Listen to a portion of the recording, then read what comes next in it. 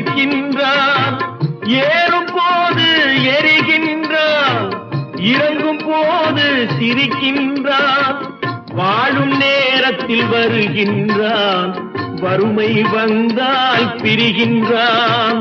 ஒருவன் மனது ஒன்பதடா, அதில் ஒளிந்து கிடப்பது எண்பதடா.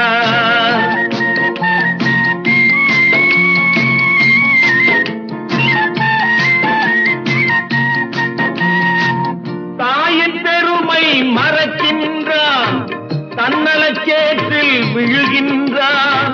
தாயின் பெருமை மறக்கின்றான், தன்னலச்சேற்றில் விழுகின்றான்.